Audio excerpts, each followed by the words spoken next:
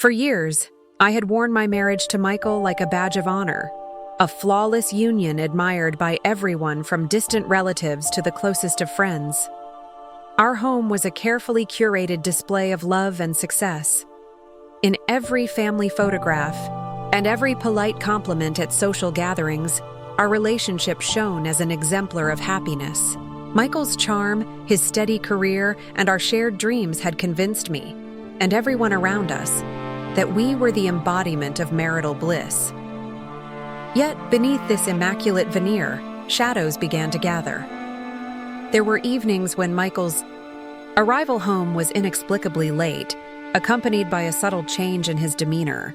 A faint trace of an unfamiliar perfume would linger in the air, a scent that did not belong to him. At first, I dismissed these small anomalies as the quirks of a busy man, but in the silent hours of the night, doubts began to whisper that something was terribly amiss.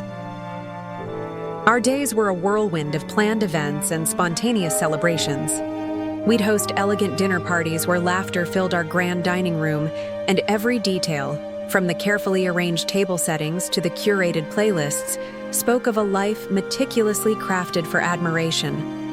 Michael's colleagues would often comment on his devotion, and our family gatherings were filled with effusive praise for our seemingly impeccable union. Yet as time passed, I found myself increasingly preoccupied with subtle details that refused to align with the picture-perfect image I'd always believed.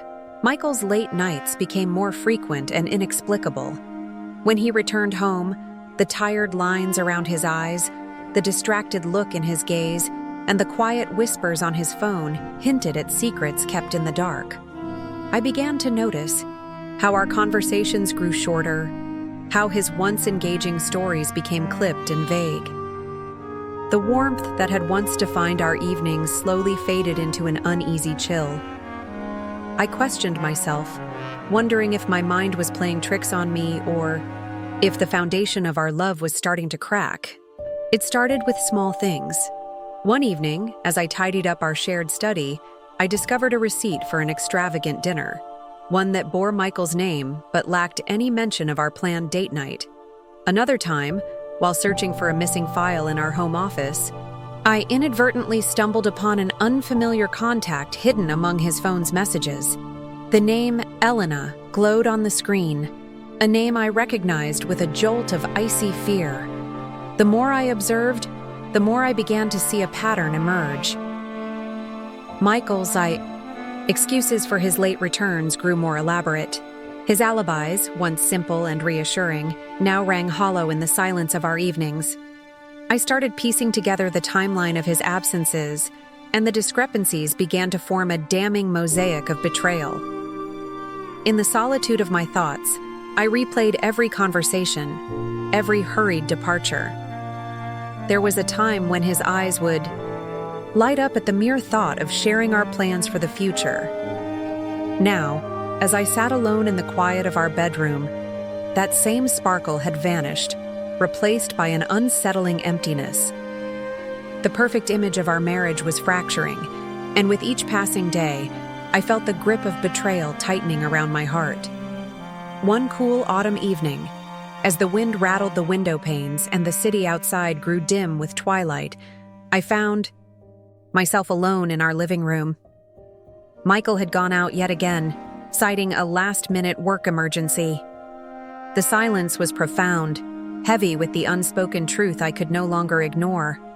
Unable to shake the persistent feeling of foreboding, I reached for my purse and, with trembling fingers, began to search for clues hidden within the confines of our shared digital life.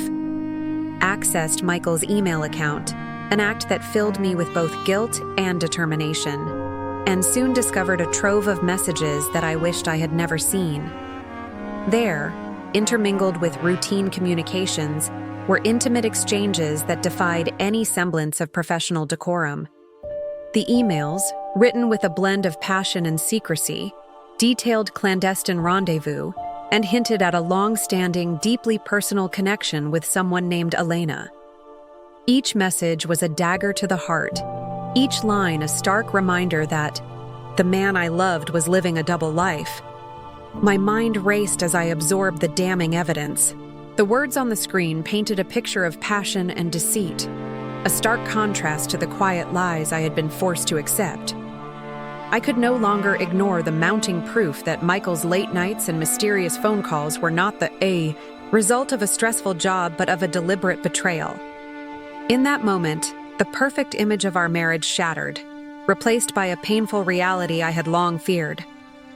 Determined not to let my world crumble without resistance, I resolved to uncover every last detail of Michael's secret affair. What began as a quiet, contemplative search for the truth quickly transformed into an all-consuming investigation. Every unexpected message, every mysterious receipt became a piece of a puzzle I had to solve. My home turned into a command center of digital sleuthing, a place where coffee-stained notepads and hastily scribbled timelines adorned every surface. I painstakingly documented every instance of infidelity. I saved screenshots of steamy text, exchanges that revealed whispered promises and furtive meetings. I gathered photographs, some snapped without my knowledge, that captured moments Michael had spent far away from home in the embrace of someone who wasn't me. Receipts for lavish dinners, money withdrawn from our joint savings, and travel itineraries all served as irrefutable evidence of a betrayal that spanned months, perhaps even years. Each discovery was a blow, yet it also ignited a burning resolve within me. I was no longer willing to be the silent victim in a marriage built on lies. With every piece of evidence, I felt a renewed sense of purpose, a determination to reclaim not only my dignity, but also the narrative of my life. As the days blurred into nights filled with frantic typing and tear-stained pages, I began to transform. The sweet, trusting wife I once was gradually gave way to a woman hardened by betrayal, yet resolute in her quest for justice. I realized that if I allowed Michael's deception to continue unchecked, I would be surrendering my own identity. I had to take control, to expose the dark secrets that lurked behind the facade of our perfect marriage. My investigation became my solace, a task that occupied my mind and gave purpose to the relentless ache in my heart. I spent hours each day meticulously cross-referencing dates, times, and locations. I created spreadsheets to track Michael's suspicious behavior and built timelines that mapped out every instance of his deceit. In the midst of my work, I clung to the thought that every piece of evidence was a step toward reclaiming my life, toward finally shedding the painful burden of betrayal. I even reached out to trusted friends and distant cousins for help. One cousin, whose technical acumen was as impressive as her loyalty, offered to lend her expertise with audiovisual systems. Little did Michael know that behind every call, every excuse, was a woman preparing for a reckoning that would lay his dark secrets bare for all to see. The dual life that Michael led was more than just a series of clandestine meetings. It was a meticulously maintained façade, a world of deceit hidden behind closed doors. As I delved deeper into his secret communications, I discovered that his affair with Elena was not a fleeting moment of infidelity, but a long-term liaison, one that had steadily eroded the foundation of trust that I had once believed was unshakable. Elena, a name that had once been associated with warmth and friendship, emerged in my investigation as a central figure in Michael's treachery. The messages between them were laced with coded language, references to secret locations, and plans that went far beyond a mere dalliance. In some of the emails, Michael's words dripped with a passion that I had never seen directed toward me, and Elena's responses were equally fervent. They spoke of stolen moments, secret rendezvous, and an intimacy that was as exhilarating as it was illicit. I couldn't help but wonder how I had been so completely deceived. The perfect image of our marriage, the dinners, the vacations, the shared smiles, now appeared as a carefully constructed illusion, designed to mask a dark undercurrent of betrayal. Every artifact of our life together, every cherished memory, was tainted by the knowledge that behind the scenes, Michael was living a life that belonged to someone else. The investigation took its toll on me in ways I had never imagined. Each new revelation was like a shard of glass, cutting deeper into the tender fabric of my trust. I found myself lying awake at night, the weight of the evidence pressing on. My chest, my mind replaying every text, every photo, every hidden receipt like a relentless mantra of deceit. There were moments of overwhelming despair when I questioned whether I would ever be free from the shadow of this betrayal. Yet, in the midst of the heartache, there was a strange clarity that emerged. I began to see the truth with an almost surgical precision. The truth that a marriage built on secrets could never truly be perfect. With every sleepless night, every tear shed in solitude, I resolved that I would no longer be the victim of a lie. Instead, I would become the one who exposed the dark secrets that had stolen my happiness. In those moments of quiet despair, I clung to the belief that the light of truth would eventually reveal every hidden deception. I immersed myself in my investigation, letting the steady accumulation of evidence fuel a transformation within me. I was no longer defined solely by my pain, but by the strength that came from facing betrayal head-on. The turning point came unexpectedly, one rainy afternoon when I stumbled upon a series of messages that laid out the details of an extravagant dinner, a dinner that Michael had attended with Elena, far from the familiar confines of our home. The messages were explicit in their intent, leaving little doubt about the extent of his infidelity. In that moment, I realized that the time for quiet contemplation had passed. I had to act. The evidence was no longer something I could hide away in a folder on my computer. It had become a weapon that I would wield to reclaim my dignity. The plan began to form in my mind, a daring and decisive act of retribution that would expose Michael's dark secrets once and for all.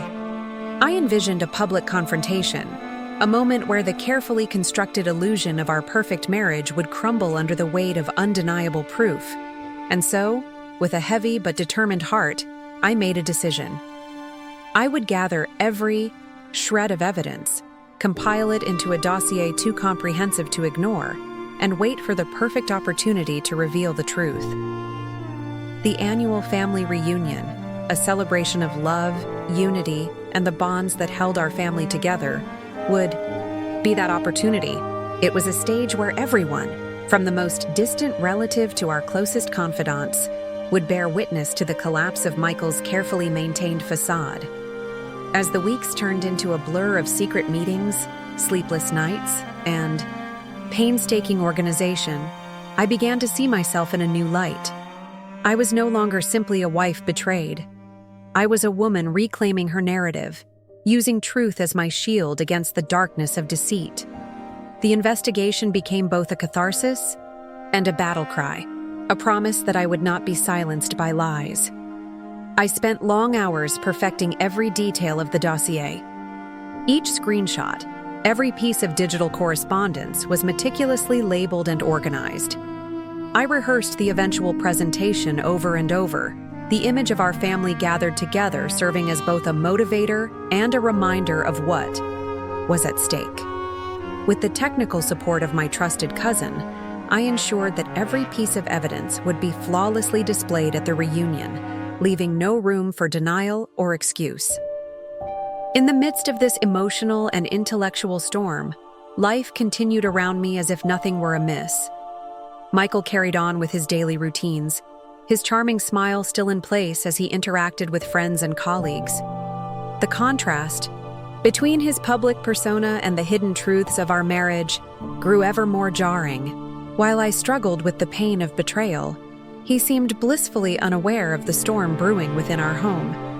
I began to observe our interactions with renewed skepticism. Every casual remark, every fleeting glance became loaded with double meanings. I remembered the nights we'd spent planning vacations and celebrating milestones together. The dreams we once shared now looked like remnants of a life that had been irrevocably altered by deceit. The realization was bitter, yet it forged within me an unyielding determination. The day would come when every secret, every lie, would be exposed for what it was. With the family reunion looming on the horizon, I found a perverse solace in the notion that the very celebration of love and unity could become the stage for Michael's downfall. The irony was not lost on me. The day when we were meant to honor the bonds of family would transform into a moment of reckoning, a moment when the truth, long concealed, would finally see the light of day. As I closed this chapter of hidden, despair, and secret documentation, I felt a strange sense of liberation. I was preparing for a battle not just against Michael's infidelity, but against the very notion of deception that had once suffocated our marriage. My heart, though battered by betrayal, now pulsed with the resolve to reclaim every ounce of dignity that had been stolen from me. The path ahead was uncertain and fraught with emotional peril. Yet, as I meticulously compiled the final pieces of evidence and plotted the details of my plan, I knew that the day of reckoning was near. In the quiet recesses of my mind, I repeated a silent mantra. When the shadows of deceit gather, the light of truth will always find a way. The day of the family reunion dawned with an unsettling mix of anticipation and dread. Early that morning, as rain whispered against the window panes and the skies wore a melancholy gray, I awoke with the dossier clutched tightly in my hands. Every piece of evidence, the screenshots of steamy text exchanges, the intimate emails, the receipts for lavish dinners, had been meticulously compiled into a digital and printed archive that could no longer be ignored. Today, of all days, would mark the beginning of Michael's undoing. I arrived at the venue, a stately old manor transformed for the occasion into a venue for celebration, with a heart both heavy and determined. The manor, with its high ceilings, ornate chandeliers, and long, echoing corridors, was usually a place where our family gathered in joyous unity. Now, as I walked its halls, every step was laden with the knowledge that the carefully constructed illusion of our marriage was about to be irrevocably shattered. Before the reunion began, I found a quiet corner in the grand foyer to review my final checklist. The technical setup was nearly complete, thanks to my cousin Lydia, whose expertise with audiovisual equipment had been invaluable.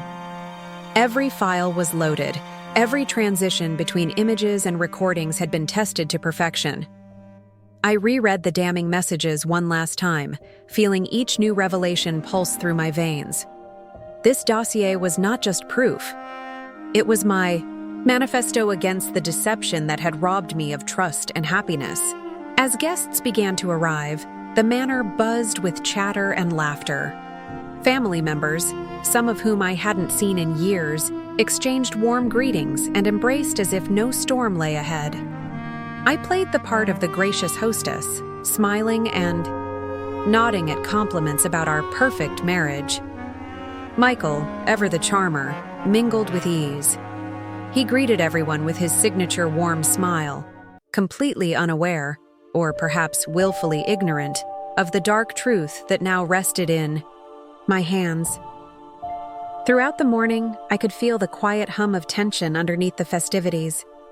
Every laugh and every clink of a champagne glass reminded me of the fragile mask that Michael had worn for so long. I watched him from a distance as he engaged in seemingly ordinary conversations.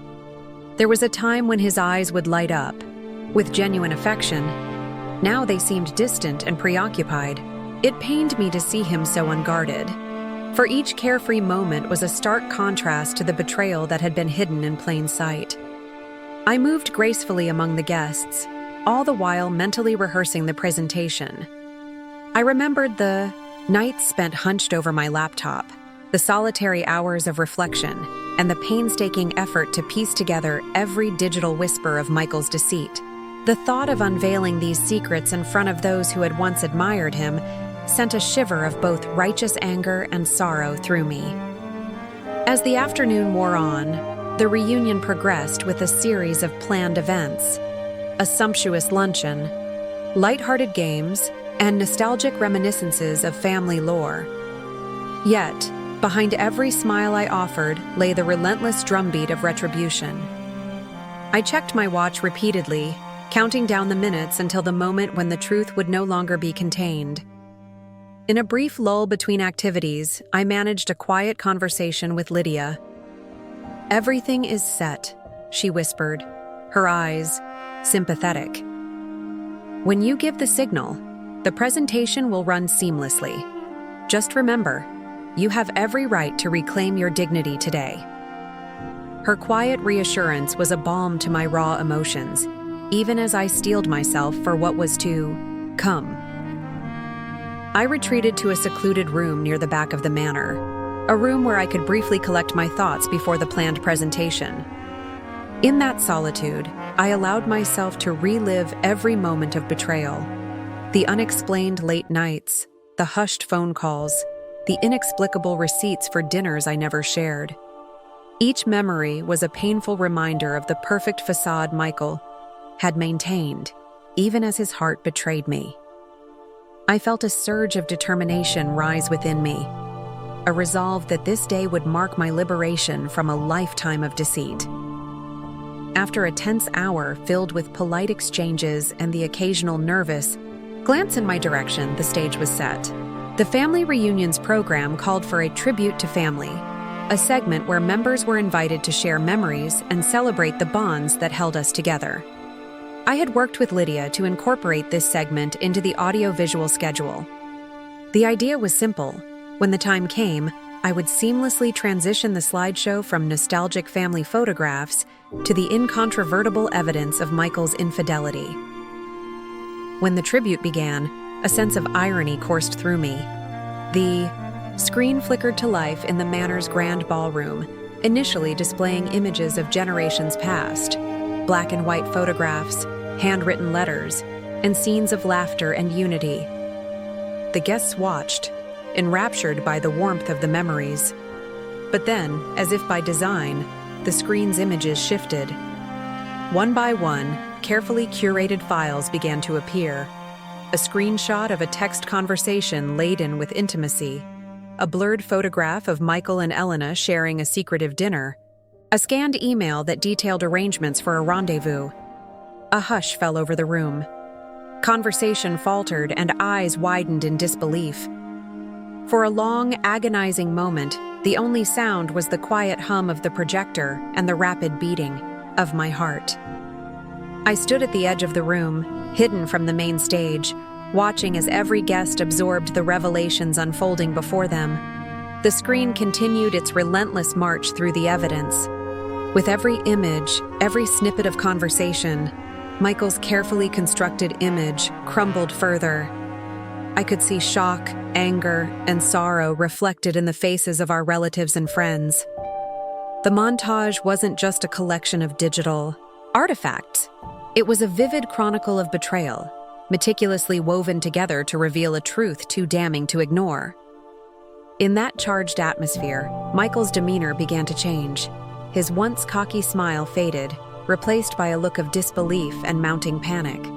For someone who had so long mastered the art of deception, he now stood before his own undoing. The room, once filled with the jovial spirit of a family gathering, was now heavy with the weight of unveiled secrets. I felt an almost surreal detachment as I watched the unfolding drama.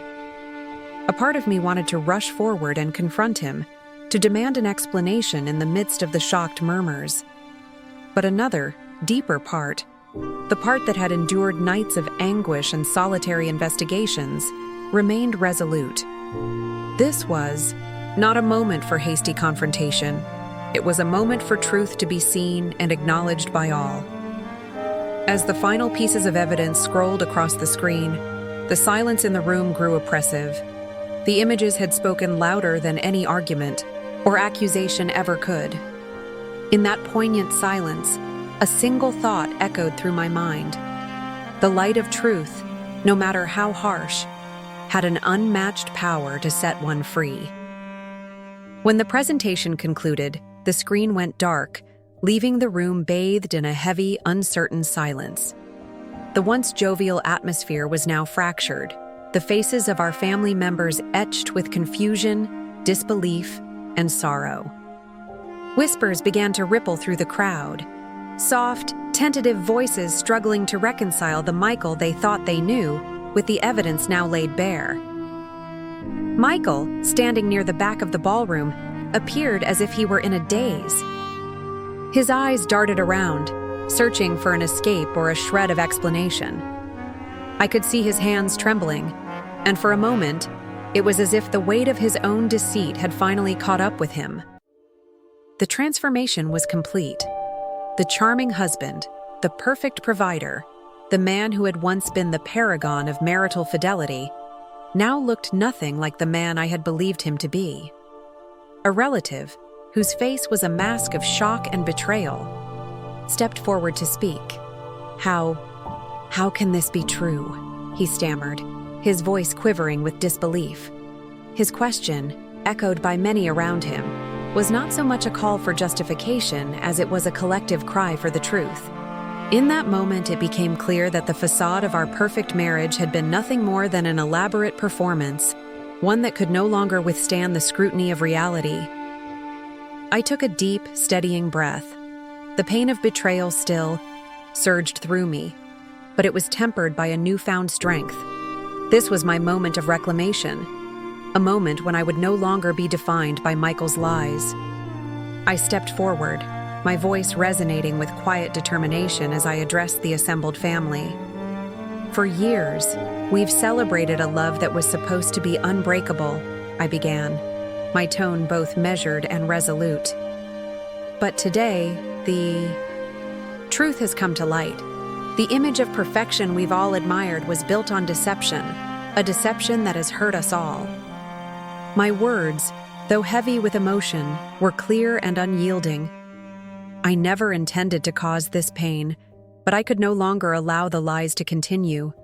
We deserve to know the truth. My declaration hung in the air, mingling with the shocked silence that followed. There was no need for further elaboration. The damning evidence displayed on the screen had already spoken for itself. The truth was undeniable, and in that truth, I found the power to reclaim my own narrative. Michael's eyes, once so full of calculated charm, now burned with a mixture of fury, despair, and the desperate realization that his carefully maintained world was collapsing. Unable to meet my gaze, he turned away, as if trying to hide from the reality that had been so ruthlessly exposed. The murmurs among our family grew louder, a cacophony of disbelief and reproach that reverberated through the grand hall. At that point, the tension became palpable. Some relatives demanded an explanation, while others simply looked on, their expressions a blend of pity and indignation. Michael's silence spoke volumes. In the midst of the chaos, I felt a profound sense of liberation.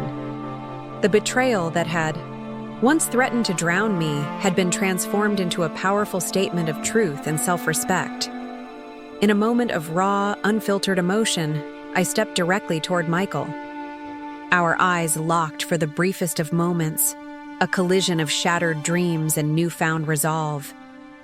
"This is over," I whispered, not with anger, but with a sorrowful finality that echoed the years of pain and disillusionment. "I refuse to live in a house built on lies." His face contorted with regret and an elusive flicker of remorse, but no words came forth. The silence that followed was not the silence of reconciliation, but of an irrevocable breach, a gap that could no longer be bridged by empty apologies or half-hearted justifications. As the initial shock began to settle, our family slowly dispersed into smaller clusters, their conversations subdued and laden with regret. In the wake of the explosive revelation, the reunion transformed from a celebration of love to a somber reflection on the fragility of trust and the devastating cost of betrayal. I retreated to a quiet corner of the manor, away from prying eyes and the lingering stares of family members who were now grappling with their own feelings of betrayal and disappointment. There, amidst the echoes of a once happy gathering, I allowed myself a moment of solitude, a moment to grieve the loss of a relationship built on false promises and to begin the arduous process of healing. Over the following days, as the shockwaves of that fateful evening rippled through our family.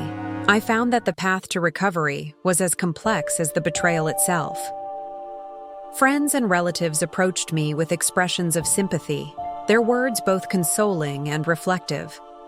They spoke of the importance of truth, of the pain that honesty can sometimes bring, and of the necessity to rebuild one's life on a foundation of authenticity. I took solace in the small acts of kindness, a supportive hug from an aunt, a quiet conversation with a cousin who had once been a confidant, and in the realization that my pain was not mine alone.